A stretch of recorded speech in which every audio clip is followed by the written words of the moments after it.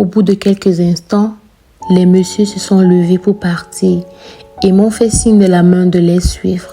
Moi, j'ai répondu en secouant la tête que je ne pouvais pas le suivre. Ils se sont mis à rigoler.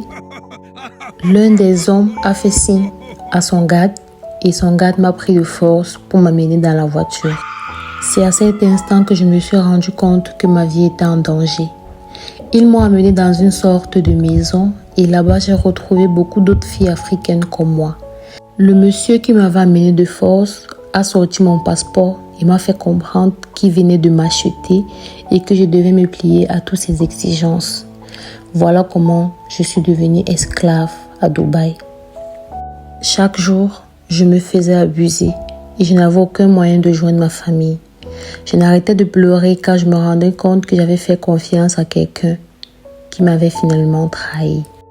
Il arrivait parfois que le monsieur qui nous a achetés nous fasse descendre dans les rues sous la supervision de ces hommes, question d'avoir plus de clients et d'argent.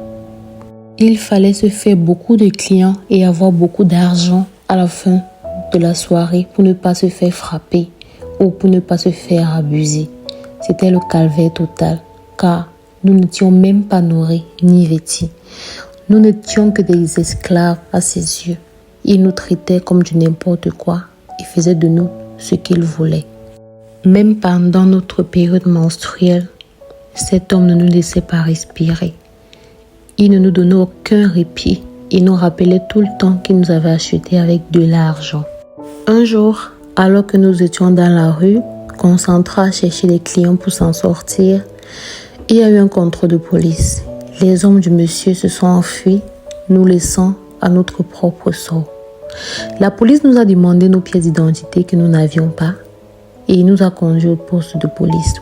Du poste de police, nous avons été conduits au service d'immigration et c'est ainsi que nous nous sommes fait rapatrier dans nos pays respectifs.